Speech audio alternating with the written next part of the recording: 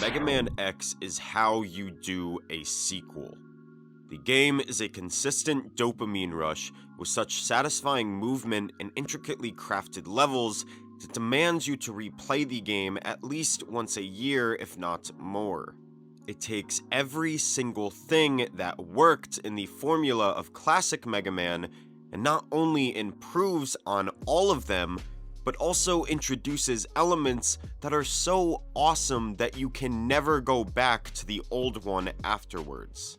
These improvements and implementations primarily being made to the greatest element that is unique to gaming, the control and movement. Classic Mega Man was tight and precise. Like a robot, you had to execute your jumps and timing of shots perfectly in order to succeed. Slow and steady won the race. Mega Man X says screw that. Dashes, wall jumps, suit upgrades that make you stronger, level design that complements your moveset. Mega Man X is like a thrill ride that you cannot pull yourself away from. One could not hope to put into words the sense of freedom and empowerment felt by blasting through a stage in Mega Man X solely for how fast, frantic, and fun it is to control X.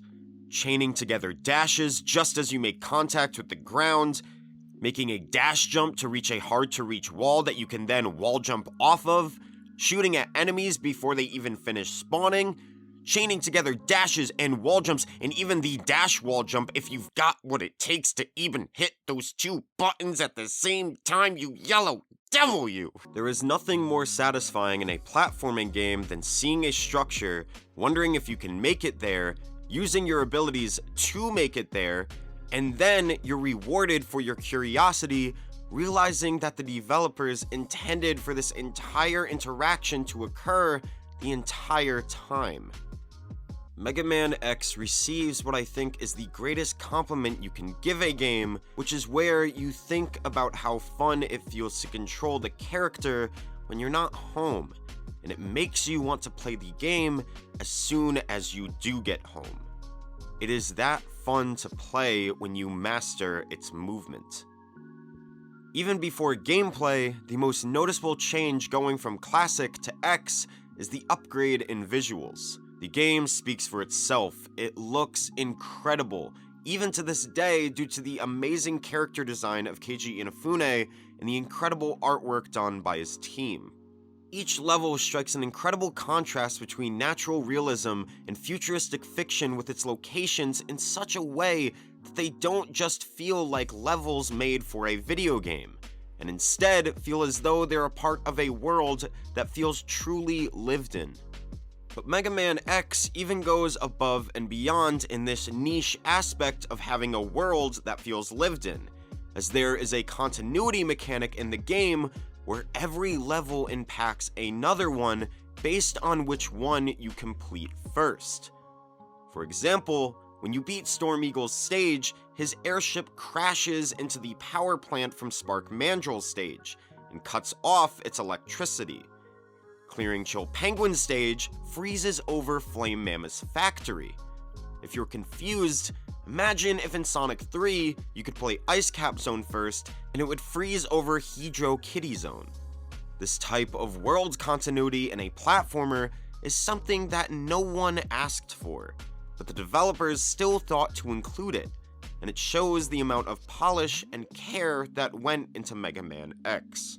The satisfaction you feel when you truly master a level in Mega Man X, when you already know what's coming up ahead and perfectly dash and wall jump your way through it without missing a beat, listening to that amazing music and appreciating all the cool designs and art, through a level that's been altered by another stage you've already beaten, a visual representation of your accomplishments, that is when Mega Man X is untouchable.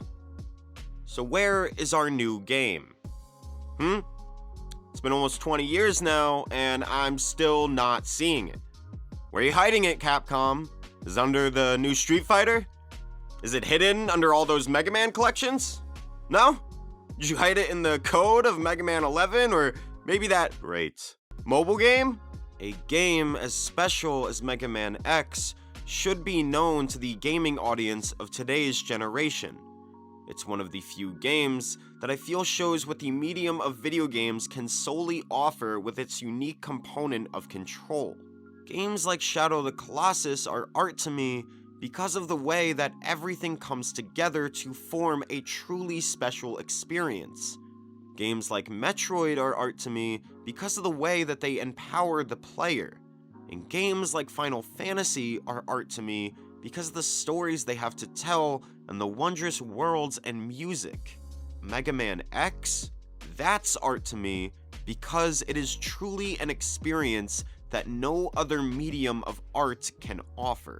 The feeling of freedom and control you have when you are blasting through a stage, jumping off of walls and shooting enemies before they even spawn, dashing just as you make contact with the floor and nailing a complicated jump, that is a feeling that is unique to the video game medium.